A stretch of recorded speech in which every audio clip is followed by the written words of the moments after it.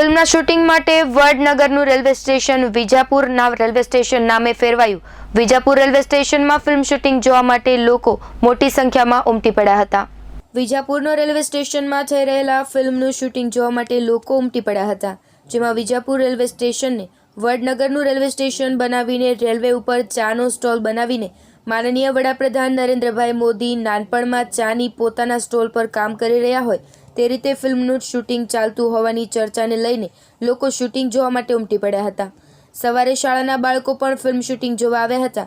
સમગ્ર railway station Vadnagar railway station જેવા માહોલમાં છવાઈ ગયું હતું અને મન વૈરાગી કે અબ ચલતે હૈ હમ જેવા નામ સ્થળ ઉપરથી જુદા જુદા ફિલ્મના શૂટિંગમાં કામ કરતા લોકો પાસેથી સાંભળવા મળ્યું હતું, પરંતુ આ ફિલ્મ કયું નામ આપવામાં આવશે તે હજી કોઈ નક્કી નહીં હોવાનું મુખ્ય લોકો પાસેથી જાણવા મળ્યું છે। છતાં ફિલ્મનું શૂટિંગ જે રીતે ચાલી રહ્યું છે તેના પરથી લોકો માનનીય વડાપ્રધાન નરેન્દ્રભાઈ મોદીના જીવન પર ફિલ્મ બની રહી હોવાનું અનુમાન નગરજનોએ બાંધ્યું હતું। ફિલ્મના શૂટિંગને લઈને રેલવે પોલીસ ફોર્સના અધિકારીઓ સક્રિય બન્યા હતા।